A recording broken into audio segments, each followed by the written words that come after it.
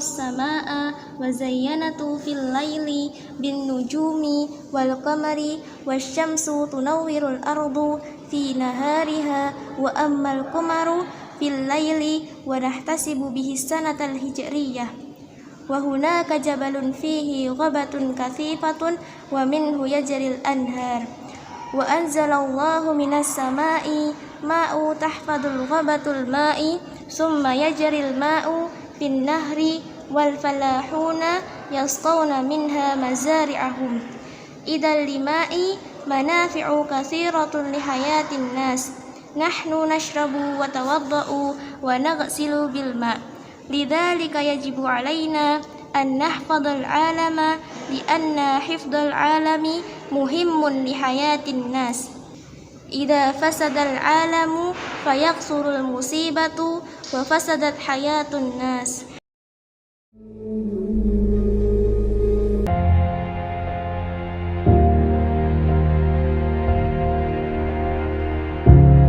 Kehidupan diperkirakan bermula dari laut yang hangat sekitar 3,5 miliar tahun yang lalu berdasarkan fosil tertua yang pernah ditemukan. Di dalam Al-Quran Surah Al-Anbiya ayat 30 memang disebutkan semua makhluk hidup berasal dari air.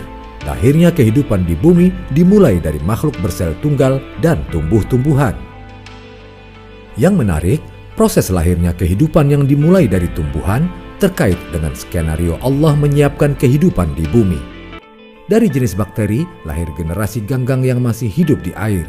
Ganggang hijau sekitar 1-2 miliar tahun lalu melahirkan generasi tumbuhan darat. Dari jalur ganggang hijau, sekitar 630 juta tahun lalu juga lahir generasi hewan tak bertulang belakang.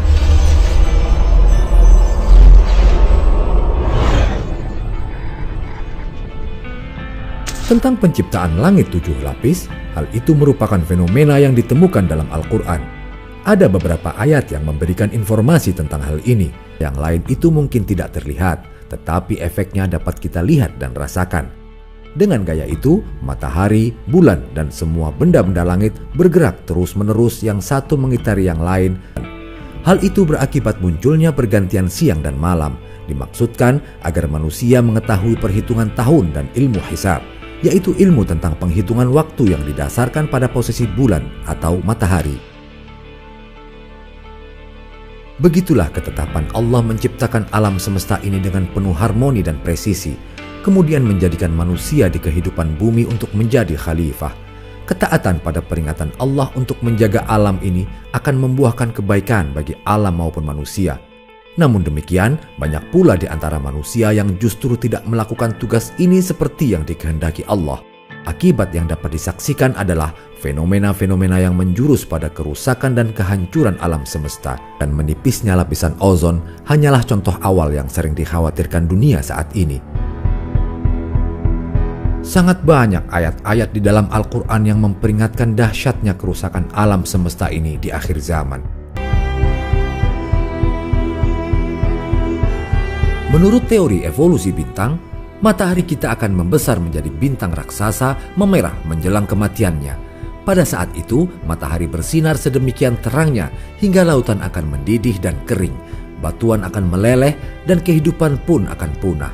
Kemudian matahari akan terus bertambah besar sehingga planet-planet di sekitarnya seperti Merkurius, Venus, Bumi, dan Bulan serta Mars masuk ke dalam bola gas matahari. Barangkali kejadian inilah yang diisyaratkan dalam Al-Quran Surah Al-Qiyamah ayat 7-9 sebagai bersatunya matahari dan bulan. Sungguh, suatu proses kehancuran yang sangat mengerikan telah diperingatkan oleh Allah dan Rasul-Nya sejak 14 abad yang lalu. Bahkan sebelum sains benar-benar mampu memahami struktur alam semesta dan sistem tata surya seperti zaman modern ini. Hanya yang bertakwalah yang akan selamat pada hari itu. Hari akhir itu pasti akan datang atas kehendak penciptanya. Memanglah semua yang ada di jagat raya ini akan binasa kecuali Allah sang pencipta.